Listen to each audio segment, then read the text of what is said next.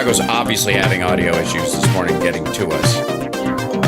Hi, everybody in the chat room. We'll be up in just one moment. Hit the like and everything. We're just trying to figure out what Chicago's issue is behind the scenes. The skeins. We'll call it skeins. Sure. Emailed it to them again. So. Okay, great. Hopefully they'll be able to connect. Again, maybe they're, yeah, and they never got the other link, so that this is the only one they should ever have. So. Yeah, I don't remember the Ninja link. The Ninja link hasn't changed since you switched it to that weird hash thing. Yes, because I had to. Or no, I'm sorry, proxy. Yes, I had to do a little fix on it.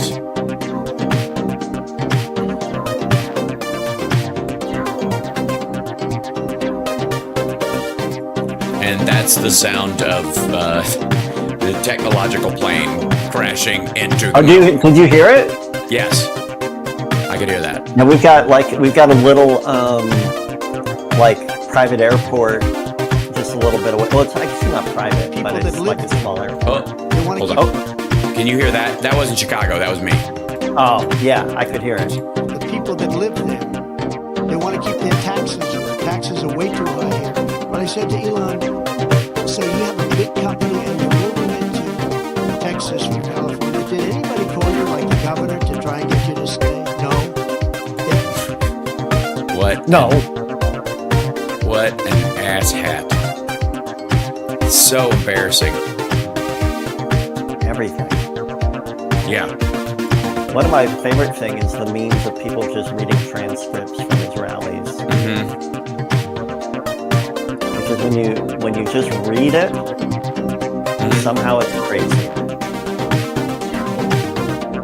Can you see me right now? Yes, I can. I can see you just fine. I'm going to bring everybody up on the... there you are. Hi, everybody. Welcome to the show. Oh, look at that. That's cool. I can't read it. Aw. Oh, you found it. That's a 01, Vic. That's nice. It's a thick mamma jamma. Yeah, it is. Mm-hmm. Maryland is for crabs. I hope Chicago gets their situation worked out. But either way... Me too. I haven't heard back from them yet. I have not either. So, Chicago, if you have to, pick up the YouTube feed, and I will try and keep us on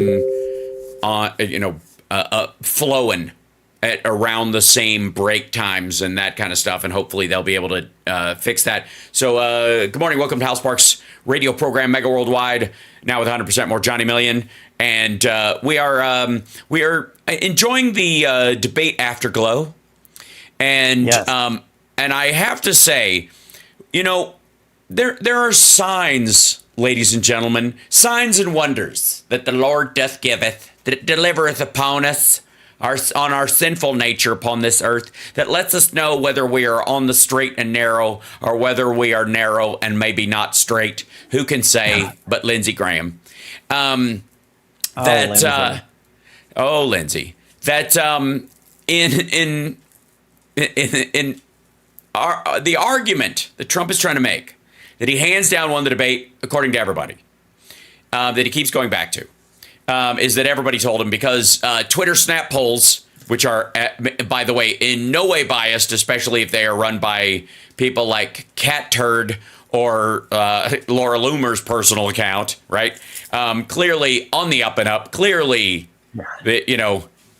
just... I heard he got 92%. 92%, 67%, 71%, 85%, 92%, everything. Basically, everybody says he won. He should probably just kind of coast it on in then. Which I gotta say, so one of the signs and wonders we got was Lanny Walnuts, who's one of the, that's my name for him, not his real name, Lance Wallnow, who's one of the, he's one of the prophets, Profit, I think, on the Copeland network. He's on Flashpoint. He's one of the rotating group of faux MAGA preachers they have on there all the time, selling, Donald Trump's America as what Jesus would have wanted. Lanny Walnuts, all of them, worst toupee in the business, hands down. I mean, of all the televangelists and preachers with weird, funky hair, let me just say, Lanny Walnuts wins hands down. Absolutely takes the gold every time. And it's not just because his toupee kind of is forward some days and backward some days. You really got to, if you're going to be on TV that much, you really got to maintain that hairline distance to the bridge of your nose. I'm just saying. You know what I mean? Yeah, I remember when Burt You got to Reynolds spike that chair on the had stage. his big hair system installed, and I was like, that is lower than it was. It's where do your eyebrows stop? It moves around a lot. Now, it's sad William that it was just a Shatner, matter of too. decades, because had Burt Reynolds been born in a different era, well, he wouldn't have been as the funny. system he would have had. But he also could have shaved his head and been cool.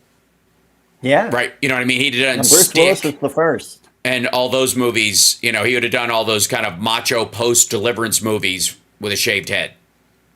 Would have been fine. Oh, yeah, he would have been great in Boogie Nights with a shaved head. Yeah, exactly. But speaking of someone who's not looking forward to the day that in jail they shave his head, Trump, Lanny Walnuts is what I was trying to say, was saying that his take was, and this is, I think, sums up the Trump one concept. I hear that too. We're going to take YouTube Live. That works. Okay, and keep trying to hook up Chicago during the breaks. That, and we'll try to pay attention to the breaks. We will. We will nail them. I will stick the landing. Okay, man. There we go. So right. Lanny Walnuts says that Kamala Harris used witchcraft to weaken Trump with the help of the occult at ABC. Yeah. This was his take on it. Good for her. And here, look. For her. You've got to use your resources. You do. Yeah, I mean, you got to bring your A game, even if it's the Scarlet A, I suppose, or something. But he wasn't the only one. There were, of course, there's another conspiracy theory going around that that ABC was flashing lights in Trump's face to affect his heart rate so that he would perform poorly. Now, I got to say, whatever you think about that conspiracy theory or that prophecy, which I would file under garbage, whatever you think of those things, it clearly points to the fact that the people saying them don't think he won. Nobody goes, right. he was ganged up on. Yeah, you don't start like piling on about all the reasons why Kamala cheated if you think your guy still won. Right, exactly. Basically you're just trying to tell us you think he sucked, but give him an out. That's what happened, right? Okay. And Trump, since then, he's been, I guess to compensate for the fact that they want to build a contrast that Harris has a very managed media schedule because she's a new candidate with the shortest campaign in history. She's got a bunch of rallies to do. They've got policy positions, and she's the sitting vice president. So there's a lot of work to actually be done. And ladies and gentlemen, let me refresh your memory. And Connie Kelly in our chat room will enjoy this, I have no doubt. But there is a thing that they tell you when you are in an airplane and there's an issue. One of them being like the runway is full and you have to divert, and you have an issue with one of your engines, or you realize you've got a longer journey than maybe you have fuel for. So those kind of things. Anything that comes up. Okay. There is a strategy on how you handle it, which is the order of activity. Aviate, navigate, communicate. You don't start. Bloviate come in. Right. You don't start yelling. That's the bloviate part, right? The yelling. Yes, right. Yes, exactly. You don't start yelling, Mayday, Mayday, right out of the gate. You aviate. You take care of the plane. You navigate. You pick a place where you might have to land. You start looking for, options. You start dealing with the direction of the plane once you've got it leveled out, and then you communicate. The same thing is true, I would say, of a campaign where you're running against somebody who's been running as the front runner and running as the expected nominee insofar as Trump for almost 2 years, and you've got 90 days or so to, after the convention, you've really got the shortest runway possible. You aviate, you navigate, you communicate. There's nothing wrong with it. It's mean to panic on your behalf. Right. Whereas Trump's entire plan is bloviate, castigate and Execrate? yeah, right. Defecate? Exaggerate, bloviate, and implicate. I don't know. Defecate. Anyways, Come on. Defecate. There you go. I think that's clearly. It's all right there. That's what it was. And urinate. That's it. Thank you, chat. Sure. Well, but that's not fair because Trump can do that without ever changing clothes or using an actual restroom. So so Trump is trying to compensate by being all over the news, by doing every interview he can possibly do. Same thing with JD Vance. They will show up at the opening of an envelope, and they have no limits on the volume of stuff they will do, and they don't vet the people they're talking to at all. No, they're super not good at it. No, they're really bad at it. So the issue, I think, there's a lot of issues they're going to run into, but in that sort of overcompensating, it looks like I'm moving you around. You're fine. Unfortunately, Trump, as an undisciplined candidate, is just getting more and more opportunities to say some really weird crap that doesn't help. Just not helping. That whole thing. There's no such thing as bad press. There is. Yeah, and people are really paying attention right now because he was so unhinged on Tuesday. When they do see another soundbite, they're like, well, let's see how crazy it was. And then they're like, oh, dang, it was just as crazy as I feared. That's right. That was not an accident. That was not a minor moment. Okay, so we got to take a break. We'll be back right after this. It's the House Sparks Radio program, Mega Worldwide on WCPT Radio, Chicago's progressive talk. We'll be back in a minute and a half or so. And I have some of that deeply weird crap to share with you. I'll bring it. Mm-hmm. Break it. We're just going to operate as if there's a break, and then I'll give myself a... Yeah, and maybe they can see us on the YouTube. Maybe they can He actually text sent me a picture of his computer. Because he's going to restart. Okay, That's the message they got here. That might do it. The stream ID you're publishing to is already in use. No, that's very weird. That might be a firewall issue on their end. But I don't know why. That'd be a new thing. The stream ID. He just sent me a note and said I'll text one back. But because I clicked on the exact same link that I sent him, and it didn't act like I was trying to publish. Yeah. Nope. That's a firewall issue on their end, maybe. Maybe so. It's a revenge of the tech at CPT. Remember when we used to have that whole issue with just trying to stream in, and the IT guy there wanted to kill me essentially because I was like, why can't we just use Zoom? Right. You know how they the whole pets thing, and they're spreading it out to park geese that the Haitians are capturing and eating. Have you heard about that? Yes. Yeah, I would like to put out there that we have geese to spare. That's cool. I think they're doing us all a service. It's like when a natural predator comes into town, and if we can dwindle down the geese, if they're doing it. Look, I don't want to turn this into an international incident with Canada. Right. but there's and especially the geese part.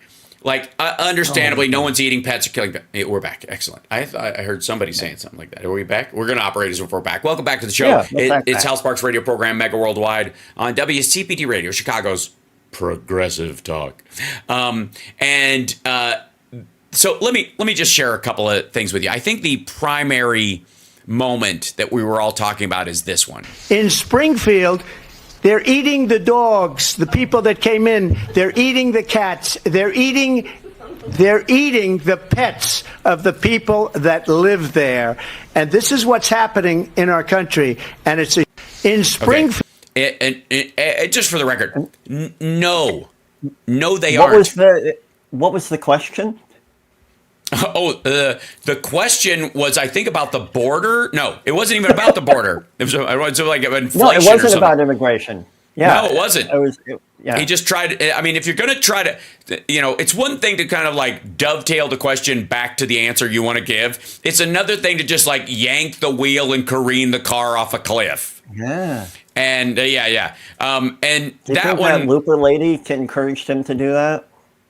I think she showed him the video. Now, since that moment, there's been, obviously people are making like, songs out of it. There's like a remix. It is hilarious. The number of people just watching it who, they're showing like crowds, like the debate watch parties where people just started laughing, and they weren't laughing I with saw him. some clips from the watch parties. Right. That's one of the crucial things. And I don't think he like kind of grasps quite yet, or he's starting to grasp. Maybe it seems like he is, because he's very embarrassed, obviously, at a lot of these events, because he's doing a lot of excusing of what he was saying at all of his at the press conference he gave at his LA golf course, and then in Rancho Palos Verdes.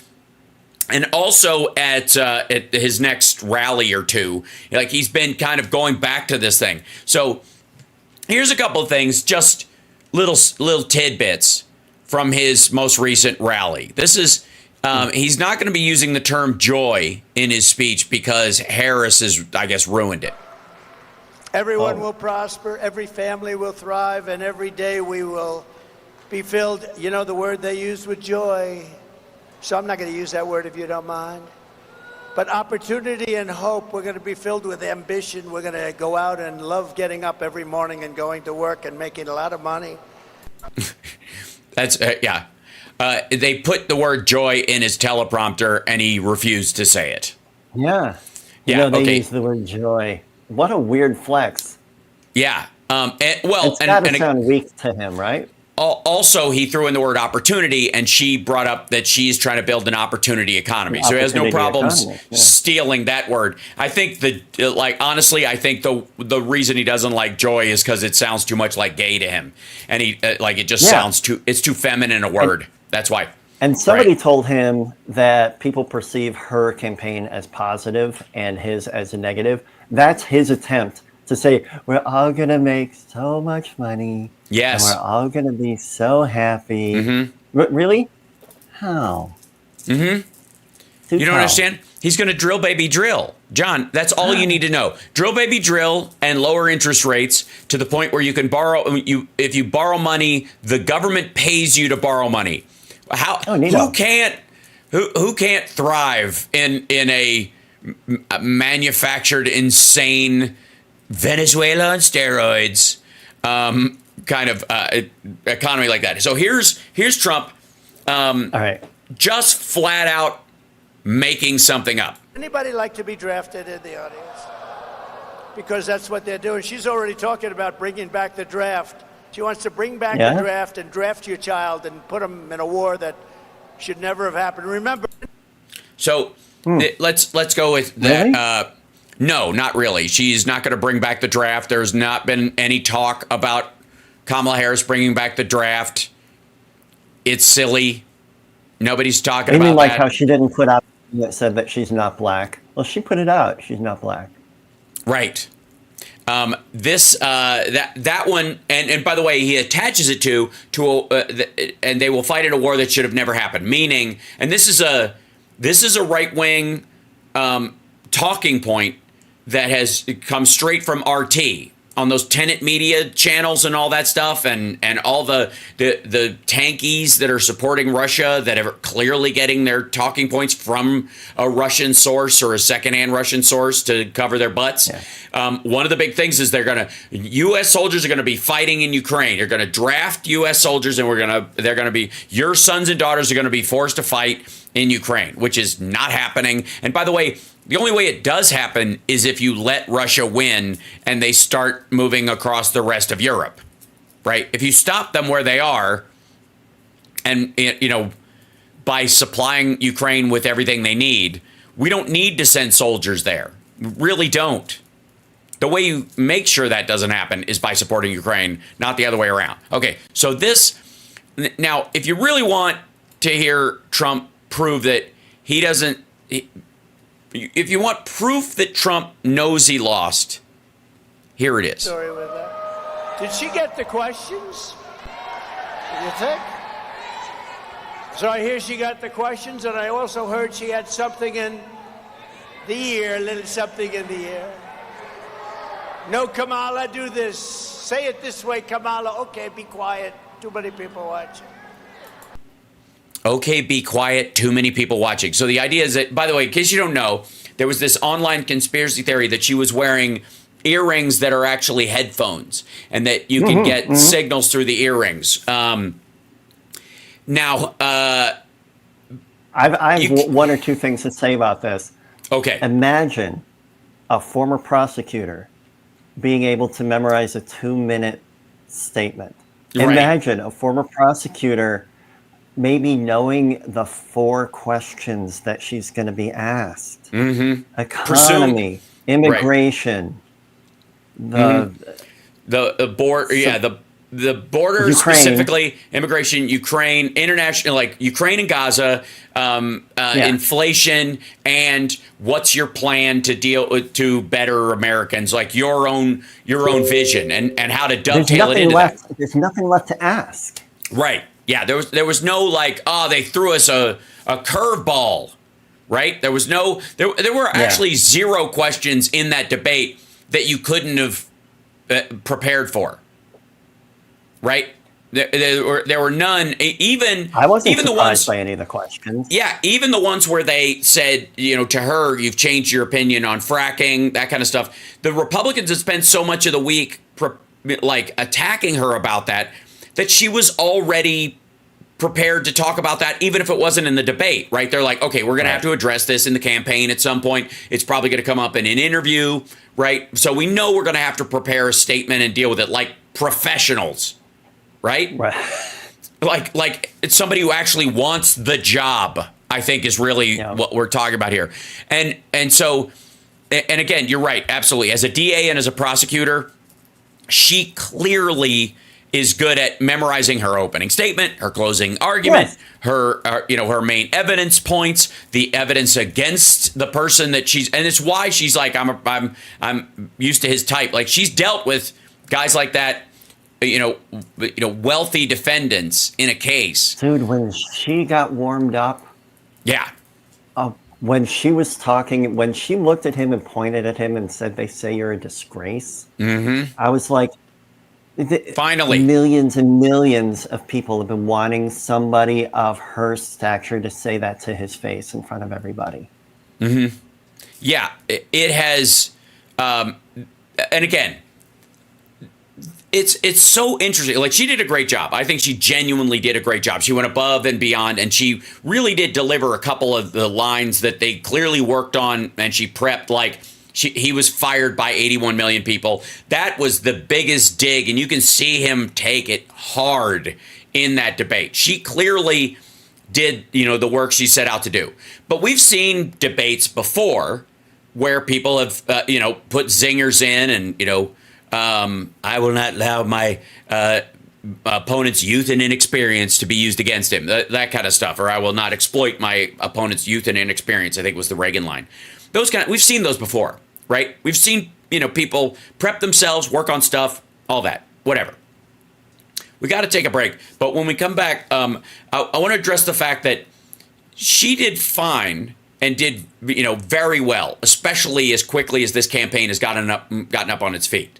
Right. It's a lot of this is that Trump is simply too weak for the job.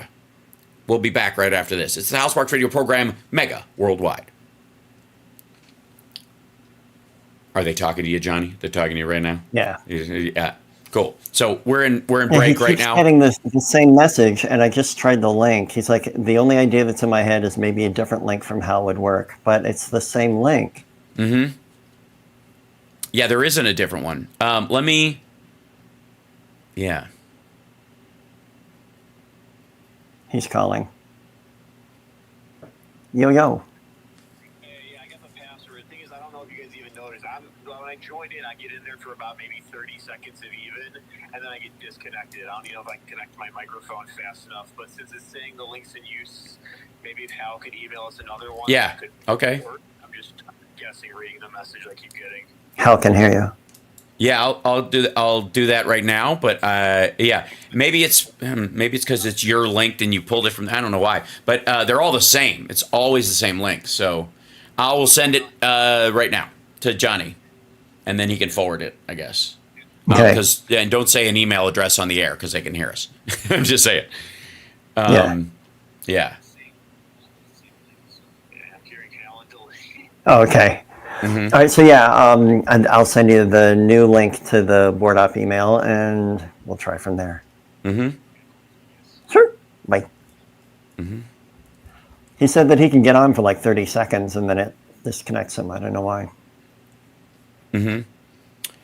Yeah, there's no. Yeah. Like, I don't know if like chopping off the tail end of the link. I don't know.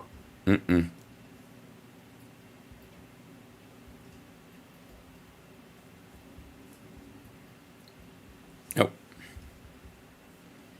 Hold on. I'm sending you the link again. Okay. Send them that one. I'm closing out of here so it doesn't double up. But that's the one they should be getting. They should have. It's again. I don't know why it would bounce them or whatever. And as long as they're using the right password, which I'm sending to you as well, just as a copy and paste. So hopefully it's 1-to-1, and they should be all right.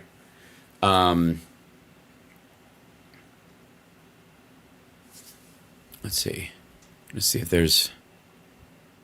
You know, that does look a little bit different than the link I sent them that got me in. Okay. Did you like copy yours from the browser top or something, and it automatically gave you one? Ah. Yeah, so maybe.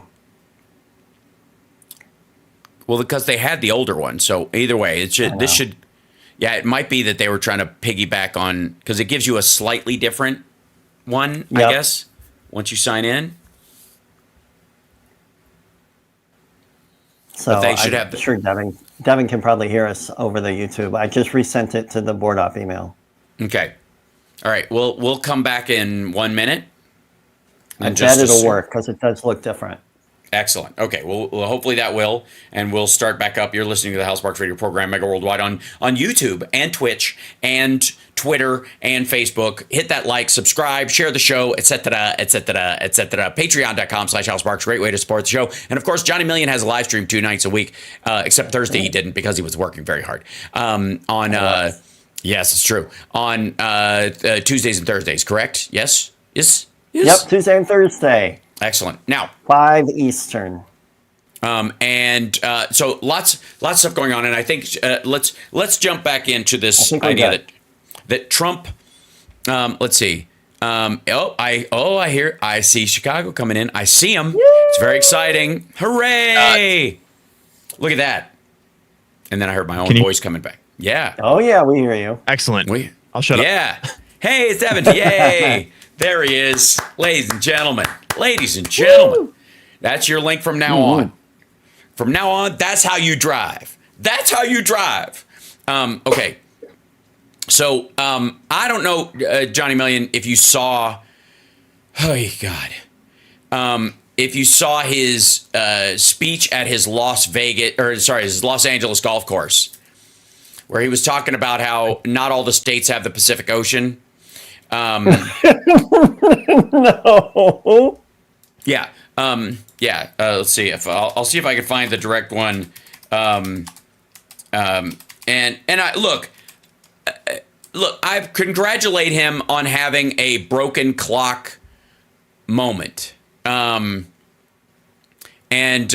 he's always right twice a day. Right. Yeah. And let's see. Here We're standing out here on the Pacific Ocean in the most beautiful weather. A lot of states don't have weather like this. They don't have Pacific Oceans. Sure. Okay. Yeah. A lot of states don't have weather like this. They don't have Pacific Oceans. Just for the record, anybody who's at home studying for a geography exam, there's only one Pacific Ocean. There's never been. What about all the childs for childcare? Yes. Well, again, maybe this is an affect of him not understanding how plural works, I guess. It's not like This the is- Jewels or the Aldis. Yeah, and I gotta say, if you're going to react to the debate and say you won and you ran away with it, I wouldn't sound like you're a deflating balloon during the time that you're doing it. Like, you shouldn't sound sad, decrepit, tired, and bored with your own talking points, especially if you're going to accuse your opponent of facilitating murders and sexual assaults while they were DA. Like, I would think those would, if you really believed it, would kind of bring up some anger, maybe some rage, maybe some righteous indignation at the very baseline, right? You're going to be like, how dare this person, right? Instead of like, in 95, she let this guy out of jail and gave him a claw hammer and told him what address to go to. And in 2002, she sent an army of homeless people over to a woman's house when they knew she was in the bathtub. Like, he just attaches these weird stories, and it sounds like he's bored with them. Right? I feel like he can't wait for this to be over. Yeah, I agree. I mean, he just, like, he's almost at a place where he's like, can I just go ahead and lose already? And nothing says I'm ready to go ahead and lose already like flying around with Laura Loomer. What is going on with that? He can't stop talking to her or about her. Right. And he also can't stop, I guess, I don't know, excusing everything she does and flirting. I guess is really what it is, because that's a lot of that is what's going on. Like, okay, so Laura Loomer, and I can't show it obviously on the radio. You'll have to go look it up, folks. And I don't know if you have a weak stomach, I wouldn't do it. But Laura Loomer posted a video from her POV of her at the front row at one of Trump's, or as I like to call it, the rut row at Trump's. Yelling like, I love you, I love you. Yeah. And Trump, she goes, Trump blew me a kiss. I saw it. Yeah. And am I wrong in reading it this way? He did not blow her a kiss. To me, blowing someone a kiss is very distinct. You put your hand over your mouth, you kiss your hand, and then you blow it off your hand. That's what blowing someone a kiss is. He went. Yeah, he just went mwah, mwah, like at her, which is nasty. It's just nasty. And again, he did it with his butt. I'm sorry, the chat gets me sometimes. Yeah, the chat just went for it. Mwah, mwah. Like, just so gross, right? And I gotta say, if you look at his Truth Social posts, if you look at what he's been saying at what he vaguely calls rallies, which are very poorly attended, the jump cut, by the way, I would say actually in defense of the plural, the jump cuts that you will be seeing over the next couple of months leading up to the election of his rallies versus Harris Wall's rallies is going to be shocking and stunning. Yes. The sound of the crowd at the Harris rallies is stunning. It's Kiss Alive 2 sounds. Yes, it is. It's very positive. It's very you can tell the crowd is very happy to be there. It's not just like angry shouts of USA, right? There's something about her like doing the kind of like, I don't know if it was fake humility, but like just what she just, oh, you saw the debate? Like angry shouts of USA. Whoops. Hi, hold on. I'm getting coming back to Chicago. Coming back. Something about her like doing. Mm-hmm. Yeah. We lost you on Video Ninja, so I switched back to YouTube. I can hear you again. Oh, weird. It just dropped out for a split second. Well, we're back. Yay. Silence. Yay. I understand. Yeah, silence is always, it's not as golden as we once thought. I'm just saying. There is I just have to say, like, post-debate, there is no situation where if you are claiming your opponent had an earpiece in, got the questions early, used voodoo or flashed lights in Trump's eyes that you believe he won. Period. End of story. And there also is not a situation where you refuse to use the word joy because the other campaign uses the word joy.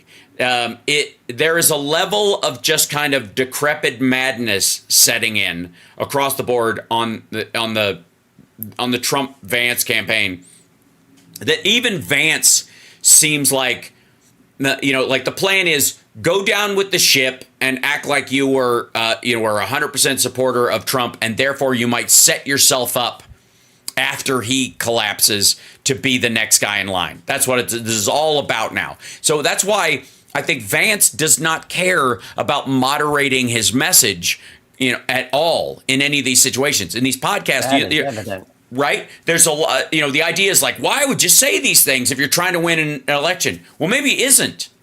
Maybe he's trying to go down with the ship and he's defending, he's building on his POV because he knows there's more money on the other side of it and more support from the MAGA crowd and what's left of the Tea Party or whoever this like QAnon he just wants chunk. to write a book about this experience. Right. Yes. Shillbilly elegy or, shillbilly eulogy, I guess. Shillbilly running mate. In all honesty, like I look at. We hear you. We don't hear Johnny. Oh, that's weird. Okay, you hear us, but you don't hear Johnny. That's curious. You should be able to hear Johnny across there. That's a very curious thing. We'll remedy that through magic because I don't know. We need some voodoo. If anybody can just throw some voodoo our way, that'll work. And let's see. Guests hear others. All right, there we go. Hopefully that will jump back to there. Yes. So the issue, that they. Thanks, Johnny. There you go. I hope they heard that. I did not. Okay, all right. You didn't hear the rap horn? No, he didn't hear the rap horn. He was not ready at all. Let's take a break early, and we'll try to remedy it during that part. But it should be coming through there. Not quite sure why. We'll figure it out. It's Hal Sparks' radio program, Megaworldwide. That's why. Because what am I but tech issues? Did you figure it out?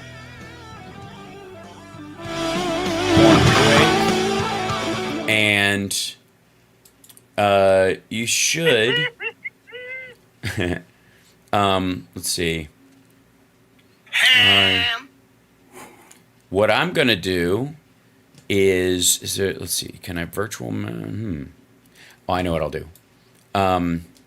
Chicago. You might hear a loop back of yourself, Chicago, while I remedy this issue on just the breaks and stuff. So you might have to ride those parts just to be careful. But I'm going to switch mics. So yeah, voice output. Johnny, make a noise for me. Fart. There you go. Keep doing Fart. that. Keep making. Thanks Go very on, much. Johnny. Thanks very much. Yep. Fart. Fart. Oh, Johnny's There there. you go. Fart. Yes. There you go. All right, And Johnny. then, Do it again. yeah. John, that's Johnny's wah-wahs. Hello. Johnny, speak. Check 1 2.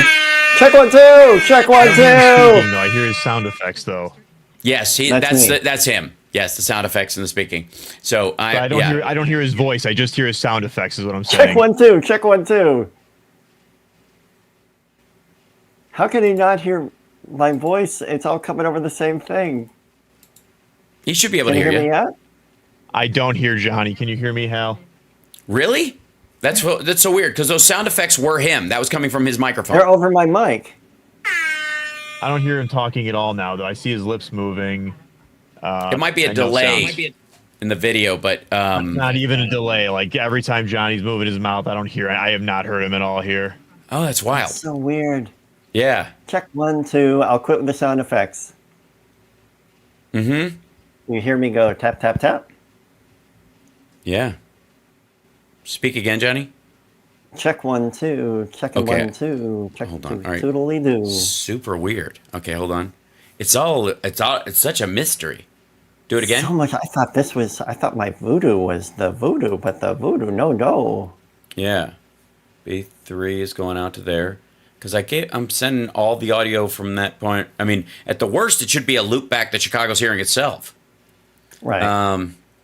Yeah, B3. Let's see.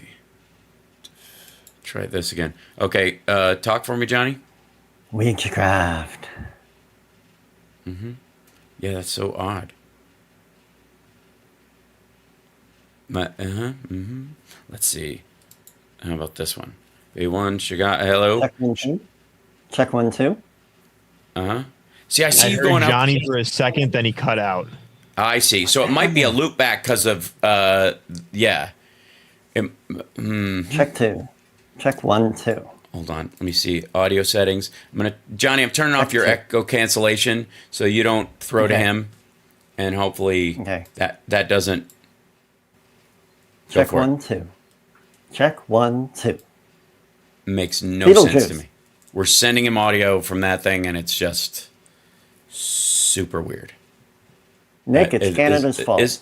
Yep, I blame Canada. Absolutely. Well, I'll just do all the Blame talking, I guess. Canada. But we're gonna have to be able to hear Phil in the next hour. So we'll figure out a way to remedy it. But do I have to create a whole new room during the break? Is that what's gonna happen during the? Yeah. Okay. So the link won't work anymore. Yeah, I'll have to 30 send Brandon. seconds. So Okay, we're coming back. Try to figure something out today. Hey. Yeah, it's okay. Not quite sure what So, the. like, YouTube can hear me? Yep. And I'm sending. The weird part is I'm sending my mic and your mic together as one source to them. Yeah. I heard Johnny briefly there. I'm not sure what that was. He only went, That was me. I heard that. That was me, like the ghost in Ghost, just willing it with everything I had. Welcome back to the Hal Sparks radio program, Mega Worldwide. the fun we have. Goodness me, like we were going to spend that break doing limericks, and we ended up troubleshooting. That's right. Yeah, exactly. No, I don't hear Johnny. And you had memorized a Will bunch. You stop it, Devin? I'm working on it. I know you can't hear him, but we're trying to fix that. I heard him laugh. I thought you heard me now. Shut up now. Yes, I did. That's okay. You might, again, Chicago, you might have to grab audio from YouTube just till we remedy that part of it for our part and just stay on and I'll be able to hear you bouncing around. That'll be the easiest way because, again, it is bizarre to me. We are on the same channel, and his sound effects are on the same channel. It is a gremlin. It's an anti-Johnny thing. I blame Elon Musk. I think he's behind the whole thing. I think you know what it is, Johnny. What? We hate free speech so much. You're being shadow banned. That's right. Your voice, Johnny Million's voice is being shadow banned on the internet. Also, can I just say that we talked about the tenant media, Russian stooge thing, and that's growing. By the way, that is expanding. It's going to scoop up a bunch of other people who are increasingly flipping out from, I'm sure, like the Hodge twins are sweating it, and, all these different groups are wigging out, that like they know they're starting to go, wait a minute. I took a deal with a sort of sketchy organization that's paying me for videos that don't even have to show anything. I don't have a minimum viewership. There's no call to action. There's no product being sold. And yet they're throwing a bunch of money at me to put these videos up. And they don't seem to care if they work or not. They just want them there so they can reference them, I think. And all those folks are starting to really sweat it out. Okay. Yes. And Greg said it's happening in Canada too. No question. But beyond there was one other story that came up at the exact same time, which is there was this group of blacktivists, these guys who are, borderline Black Hebrew Israelites who, one of them was a black supremacist even. Listed himself up. He's gone to jail because they murdered somebody in their house and then they let the body sit there for a couple of days because the leader of the group had, I think, sexually assaulted the person they murdered and the dude they murdered, and he was poorly on the down low. It's a crazy group. The Uhuru group. The dismount. When you murder somebody, it's not so much the killing; it's the dismount that gets you. Yes. Have we learned nothing from Dexter season 2?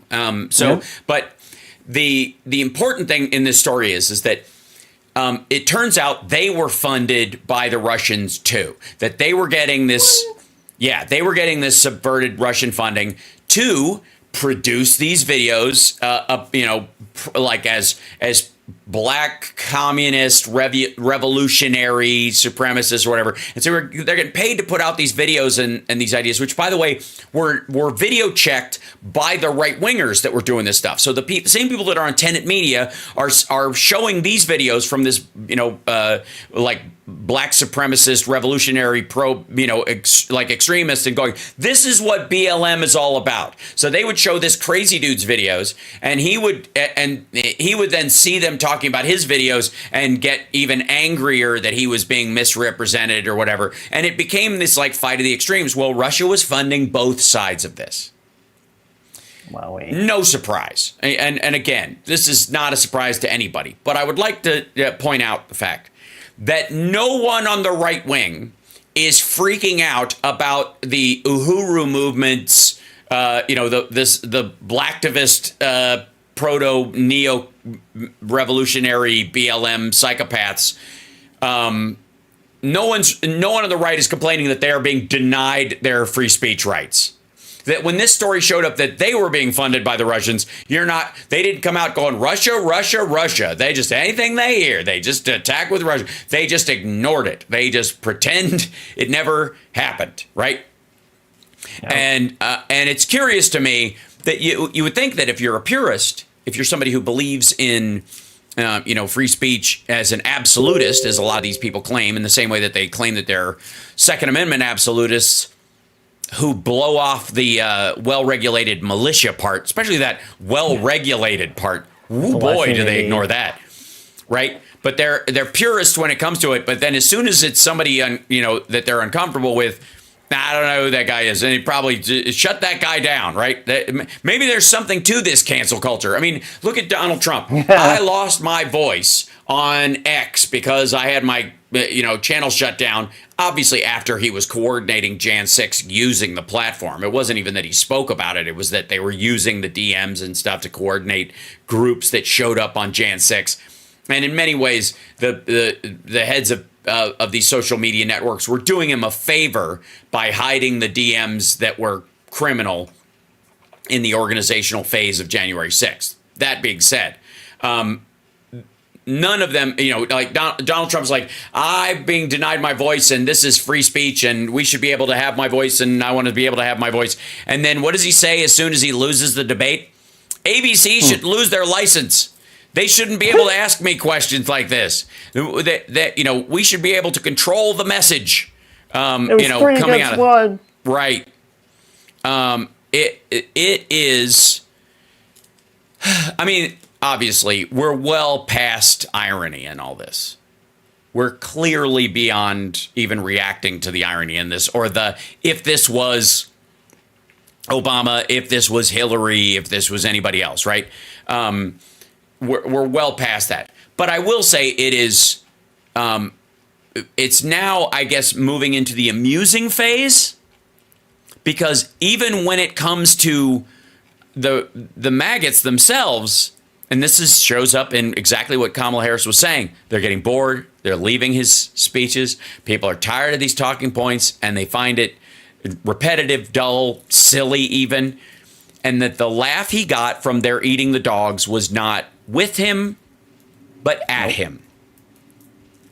And when he's when his whole thing is how yeah, he saw it on TV. Yeah, that's another great one. You can't attack the media and attack the news by then defending your position by saying I saw it on the news. Right? I mean, look, there is no floor, there is no bottom, there is no baseline. There is nothing about this that the expectation of any kind of consistency is obviously insane on our part. But in all honesty, I don't know how the mentality works. I don't know what maggots are thinking. By the way, like, subscribe, support the show so we can get to over 100,000 subscribers on the YouTube channel. Where are we at now? How we doing? We're like 72.5. Not bad. And they're all real people, too. Nothing. Like, Zero bots. I remember when we were shooting for 50. Yeah, we're doing very well, and I think as we grow towards the election, it's going to get even bigger as people realize that unlike Trump's claims, I have been right all along, not him. I'm just saying, including my prediction that he will lose horribly. He's going to get trounced in this election. He is doing, and it almost, and I think you really did hit on something in this, Johnny Million, is that I've kind of believed that JD Vance doesn't care because he knows he can parlay this into something better. He doesn't have to win. It's not his ticket to lose. Everybody, because it's all eyes are on Trump in MAGA world, it's also Trump's race to lose. Nobody, even if they try to blame JD Vance, it shouldn't matter. He should be so amazing. It's like when Trump tries to blame the moderators and voodoo and lights flashing. Look, if you have the best words and you're the greatest candidate ever and you're sent by God, I don't know how anybody can stop you. Honestly, I don't know how any excuses work in that situation. If you were sent by God, if God has a plan for you, there's really nothing that can be done against you on the earth plane, one would think, unless I guess voodoo is the one big hole. Yeah, one big hole in God's armor, I guess, would be the theory. Whew. But in the, I don't know how that part works. I don't know how there's an improvement from this point going forward. I don't know how, if you lose the debate, you prove you won the debate by saying they cheated and I was up against the wall. And again, I think it all boils down to two conjunctions. Donald Trump said but instead of and during his little press gaggle in L.A. He said, I won that debate, but I was up against three people, if you really think about it. If you really thought you won, you would have said and. You would have said and. You would have gone, I won that, and I was up against three people. Right? You would say and. You wouldn't say but. And the reason he said but is because he's got a big one. And the other reason is because, honest to God, he's aware. He knows. He knows he's fading. He knows, and he knows even AI Melania that they've been using in these advertisements they're putting out wants nothing to do with Trump. And again, when you're a man who craves opulence and the attention of CNN, and then you end up really having to clamor for Flashpoint and Newsmax to interview you. If you once had supermodel after supermodel, and now you've got Laura Loomer. When you once believed that you were surrounded by the best people, and now you're begging the front row Joes to make at least the parts that are lit in your gatherings to look full, right? Really having to call them out, saying the front row Joes, by the way, are 3 rows of his gatherings now. Like they are deadheading around with him. If that's where you are, you're not winning. Hashtag not winning. Just saying. We got to take a break. We'll be back right after this. Okay. It's the Hal Sparks Radio program, Mega Worldwide. Philip Bittner will be joining us from Kyiv. Lots of movement there going on as well. And, of course, reaction to the debate and the post-debate stuff that's been said by Trump. And, of course, whether or not Ukraine will be able to use long-range missiles from Ukraine into Russia is the big talking point right now. We'll talk about that after we come back. We'll be back. Now. All right, I'm going to go scoop that box. I will be back. I'm muting so you don't hear me scoop. All right, that box. Hold on one second. Hey, there's Phil. Yes, and let me do something. Yeah, hold on. This might be a mistake. But famous last words. Yes, really. I'm gonna go into here. I wonder what this wire does. Right. Yeah. Red wire, blue wire. Okay, guess can hear. Copy of that. Okay. Johnny, I'm sending you a new link to send to Chicago. Same password, new link. This one should allow them to hear everybody else evenly. 3rd time's the charm, right? Yeah. Hey, Chicago. And and Phil, you can hear me just fine, and I think Johnny I can, heard you. yeah, and I heard Johnny before he walked away, Okay. and I think he heard me as well. Yes, or Yeah. at least he responded. At least he responded to me. As if, right? Kinda Or he long. saw you. Yeah. We shall see when he comes back, but it seems It doesn't mean he heard me. Yes, right. he may have just seen I logged in. He may not have heard me. So Sure. And if he does have an issue, you see the. yes, go ahead. Hold on, let me. By the way, let me bring. If he does have an issue, There you go, hold on. Let me bring it. There he I is. heard you, Phil. Great. okay, Here. we're all hearing one another. Oh, Johnny's on the wrong side. Hold on one second. Let me move you over here. Johnny, guess what? Move him over. Well, here. I mean, we've always known that, right? Yeah, that's right. Copy this. You're on the Yeah, wrong okay. side, Johnny. We all Yep. know it. Mm-hmm. And Just ignoring me now? Okay, fine. Yes, I'm Johnny, ignoring you. I'm sorry. I'm reading and sending an email. Okay. Well, it's hard Sorry to about tell that. whether. Well, It's I hard to tell. appreciate the honesty that you're ignoring me. Yeah, Right. momentarily. No, I'm not listening to you on purpose. Yeah. Yeah. I can't do two things at once. And this is more important. Mm-hmm. How you doing, man? Look at all that power behind you. I I'm love it. knackered. Yeah, no. Well, don't jinx it. Actually, watch Uh-oh. this week's episode. Watch this week's episode. Is there a big power outage mid-episode? We had a power outage Oh, no. right in the middle of an interview. Mm-hmm. But we turned it into part of the whole thing. So it Oh, actually you got works. to. It's like, hey, this is part of our story. Is Exactly. we don't Yeah. have consistent And power. then We're in a war we got zone. an air raid siren. So it's Yeah. like, Oh, perfect. you get Mark all Hamill? in one. And we're yep, we got Luke Skywalker telling me to run, to run for the hills. Okay, Chicago dropped out, and hopefully they're coming back in. They'll be able to hear with the new link, and there won't be a giant looping thing that deafens us all. That's my only hope. Okay. Can everybody check their mics so that Chicago immediately hears? Checking 1, 2. Check. Check 1, 2, 1, 3, 4, 2. 5. The truth, do you hear us? We do. We hear I you. hear you. Excellent. Ugh. Whew. Oh God. See, it's working for 30 seconds. Well, we got 40 seconds left, so let's just keep. Oh my God. Let's keep working till then. Beautiful.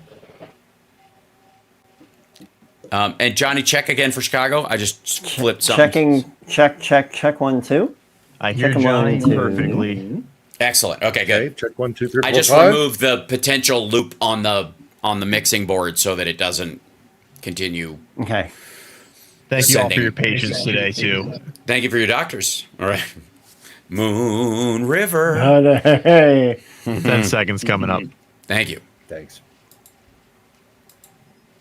And Chicago, use that link going forward too. That should solve some of the issues, and just keep that one safe somewhere. I already pinned it. Lovely. Ladies and gentlemen, can I please have your attention? And I need all of you to stop what you're doing and listen. Now, live from Chicago, the Hal Sparks radio program Mega Worldwide. I have come here to chew bubblegum and kick ass. Hal Sparks, your comedian and multimedia personality. And I'm all out of bubble. Hal Sparks. All right, let's do this. Now, before we get to Philip Ittner, I would like to play one more clip of Donald Trump at a rally. And Johnny, this one goes out to you. Latin music superstar Nikki Jam. Do you know Nikki? She's hot. Where is Nikki? Nikki is a man. Oh, Just real man. quick. Yeah. She's hot. Nikki's a man. The hits just keep coming. I so gotta good. say, He's so informed. Philip Ittner's joining us from Kyiv. He's got power, which is a good thing. We're always happy when he's got power. He's got the power. Right. We over the last. I mean, there's a lot to talk about. Not the least of which is both. I want to say it was Norway and Sweden have said that the ammunition that they are giving to Ukraine, they are allowed to use long range into Russia if need be. It has always struck me as odd that Russia can fire a missile from as far into back in their country as they want to and reach the farthest western edge of Ukraine, and that's fine. But if Ukraine does the same, it's considered an act of not military special operation or something. It's escalation. Yes, it's considered an escalation by Russia's three leading Ukraine just has to kind of sit there and let Russia bomb whatever it wants, and should it dare do the same in response, it's escalation. So the Nordic countries are coming on board with that. There's speculation that the Brits and the Biden administration may come online soon, although that's murky. Germany. Oh, Germany. Oh, dear Germany. Being Germany has Stoltenberg consistently Scholz. Scholz, okay. And Stoltenberg made some disturbing statements as well. He's NATO, but Scholz in Germany has been consistently reluctant to allow, in particular, cruise missiles to be fired at. And the problem why this is a hypocrisy and why the Ukrainians are so upset about this is that what Russia is allowed to shoot into Ukraine from greater depths inside Russia, then obviously they're limited in what they can fire into Ukraine. So it's an unfair balance. And so Ukrainians are pretty upset about that. Right. And I'm not quite sure what the primary. There was this podcast that JD Vance was on. I haven't heard the actual recording of it, but I think it was either the Kyiv Times or the UK as well. They released this. That he said basically Trump's plan is let Russia keep what it's taken, let it everything and by the way, no clarification on what it's got right now. Not what it's taken right now, but what it took at some point, like declare the other lands that it may have taken in the beginning and lost as part of Russia, which sounds like closer to what Trump's plan is. But it's obviously a non-starter, and it's ridiculous. Yeah, and he's kind of intimating that they would create a DMZ similar to like at the 38th parallel on the Korean North Peninsula. Korea. Not recognizing that that hasn't really worked out well. Right. I mean, we are still in constant conflict with the DPRK, with their nuclear program, and with the threat that they pose to, in particular, Seoul. The DMZ on the peninsula has not worked out. It has been a huge burden on, an alliance there on NATO, on the Republic of Korea, the ROK. Military spending, and are having to send troops over there to continually show that we support Seoul, as we should. I've been to Seoul many times, and I love Korea. It's a fantastic country, and we absolutely should defend them from the DPRK. But it's not a solution. It is a constant fugue state. Right. And it would be even worse if that were to happen here, because even more so than on the peninsula in Korea, if you were to freeze the conflict right now, it would incentivize Russia to take more, because the way they're positioned currently in the land that they do or don't own, because of fake referendums and things like that, but in the territory that they own, if it were to freeze right now, it would only incentivize them to maybe in 5 years, maybe 10 years, maybe 50 years, maybe 100 years. Right. What the problem is it would not be a resolution to the conflict. And the resolution to the conflict is that Russia would still aspire to empire. And ultimately, they see Ukraine as the cornerstone, the most important colony in their empire. They must be dissuaded of the fact that they're an empire anymore. And that means that they can't feel that at some date sometime in the future, they'll be able to resume this process of colonization.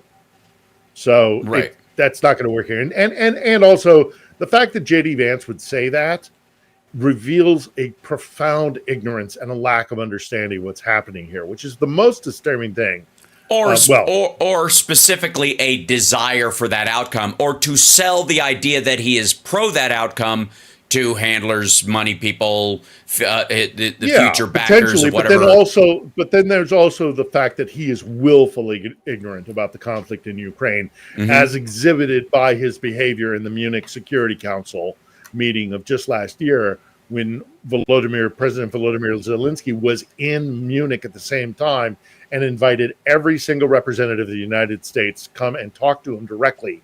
And Vance was there, and he publicly said, "Oh, I have no intention of meeting with President Zelensky because I already know everything I need to know about the conflict." I mean, that is ignorance. That's willful ignorance. Sure. And you're right. He might be doing it. He might be doing it for willful ignorance is a good cloak for actually being supportive of the worst case scenario, and certainly certainly more politically palatable to a broader group of people than just flat out admitting that you're rooting for Russia. Right? As much as they want that to be a sales point they can back up, they simply cannot. And they keep trying. I mean, we saw Marjorie Taylor Greene somehow doing an about face on a bunch of issues this week. And I wouldn't doubt that to some degree, support for Ukraine will follow, simply because she seems to be moving closer and closer to Kevin McCarthy and further away from Donald Trump on a bunch of issues. Let's hope that is because she knows that, what's the winning ticket. Well, and also it could simply be that all these situations where the FBI and the DOJ are finally aware of where the money's coming from. There's a bunch of people that are bailing out right now that are clearly not. They're not coming to their senses. They're not realizing they were wrong. They're trying to. I mean, you just even look at Tim Pool's immediate response after. You're like, oh, yeah, they gave me a disavow clause, so I can just say whatever I want. If I get caught, I just pretend, I never, that was ridiculous. I just said what I said because I wanted to say it, not because they paid me to say it. And I would say just the opposite, because nobody was making me say anything. And then meanwhile, going straight back to the, operating from the same political standpoint after the fact and going, but we really shouldn't be supporting Ukraine, right? That idea. Well, and the fact that the Russians are spinning out about what is being revealed about RT, formerly Russia Today, and its influence campaign and its information warfare. The fact that whenever, I hate to quote Carville because I'm not a fan, but he does quote the old kind of Cajun idiom, which is, a hurt dog howls. That chicken's gonna poop hand grenades into your hat. Like he always manages to make up some brand new colloquialism nobody's ever heard before. Thing. I mean, whatever. We gotta say it now. But he is right there. When a goat starts to fly, you better watch which way the milk's coming from and hold on to your tin cans. Rather used to do that all the time. When I used to work with Dan Rather, we used to call him Ratherisms because he would have. He aside from all the general Texas kind of, rode hard, put up wet kind of thing, he would come out with these bizarre Texanisms. We called them Ratherisms. Look, right. Everybody's got it, but it is worth noting that Carville's right about that one. When a struck dog howls, and the fact that the Russians are screaming bloody murder about the DOJ coming out and, in my mind, handling it far better than they did in 2016 by getting ahead of things. Now, maybe they learned that from Ukraine because they scuppered Russia's plans here. But putting it out in the spotlight is better than being cautious. Right. We got to take a break. We'll be back right after this. It's the House Parks Radio program, Mega Worldwide. I want to find Blinken's statement and play it for you. Sure. Did you see the Harris Waltz campaign ad that's being played in the Midwest? All Which throughout, one? like Polish Midwest. You know, it's great. Mm-hmm. It's pro-Ukraine, but it's got like a Polish tinge to it. Mm-hmm. And it's like, it starts out and it's the bells of Kiev rang out when the Mongols sacked Kiev in 1266. Now, or 1206. Now they rang out again in 2014, and now they're ringing out again. And yes, it's short, but it's sweet. Right, it's good, and it's very well targeted to the Midwest. Yeah, very. We're taking well steps to targeted. hold accountable those who weaponize disinformation to undermine our democracy. That's what we did just last week. When the State Department, the Justice Department, the Treasury Department, the FBI took a series of coordinated actions to counter Russian influence and interference in our elections and in our democracy. In addition to imposing sanctions, visa restrictions, and other measures, the State Department also designated, as well as their property, playing this covert influence role to undermine democracy in the United States, but also to meddle in the sovereign affairs of countries around the world. Thanks to new information, much of which originates from RT employees, we know that RT possessed cyber capabilities and engaged in covert information and influence operations and military procurement. You're So, locked into the I'll play that Housewives part of it. Radio program, Mega Worldwide. You know, I gotta say, Philip Bittner, who's in Kyiv right now, and Johnny Million, and our chat room, and everyone else. One of the big pushbacks you hear from the Putin apologists and the tankies is that America does subversive stuff in other countries, you know, and so why should we be upset when they do it over here? And to them, I would say something very simple. The reason why a lot of the stuff that America does to support, democracy and stuff in other countries, in authoritarian regimes, is because if you speak up, you can get killed. The reason you don't have to do it in the United States is because you're free to say whatever you want. The fact that you have to be subversive and that you're doing, what RT did, and buying influence and having people fake their opinions and sell them to people, when if you can just find somebody who actually believes it, they'll say it on their own. You have the freedom to actually say it over here. That if you're buying that kind of support, that's when it's foreign influence and it's a lie. When we do it in Iran, it's because if we just said, hey, these are our supporters, these people want democracy, they'll die. That's why it's under the table. Because they're not free in those countries to speak their mind. In the United States, you are. You can be a tanky, useful idiot on your own. But the minute you start getting paid to do that, or your channel gets supported by somebody else, so you're getting views you never would have gotten because you've got all this extra money to buy press and build your bandwidth out and pay for all the services you use to stream and all that kind of stuff, and it's paid for by Russia Today, that's when it becomes a problem. Again, when Alex Jones said they're stealing my voice, they're taking my voice away, they're trying to silence me. Why? You can stream from your phone. Nothing's stopping you. What they're stopping you from doing is getting paid by foreign groups so that they pay your bills for you, so you get a head start on every other broadcaster that's out there, so that all the other people that do broadcast from their phones are competing with people that are getting 100,000 per video, which has a rolling effect on their impact. So, agreed. And in addition to that, when you cross a line and when your intent is to weaponize information, to cause harm, with the information that you're conveying, that is deeply problematic. Also, still, I'm a journalist. I'm a free speech advocate 100%. But there's a reason why there are two different phrases in the English language. And I always study language, again, as a journalist, because it's my stock in trade. But there's a reason why there's a phrase for free speech. And then there's another phrase for information warfare. We would not have created two different terms. Right. If everything was on the same scale. Right. So when you turn information into a weapon, you are no longer exerting, genuine free speech. Propaganda is not free speech. Cause harm. Propaganda is not free speech. Propaganda is paid for. It is either paid for within the country, supported by the structure of the state, or it is paid for across national borders to create the illusion of organic speech, which is the opposite of actual free speech.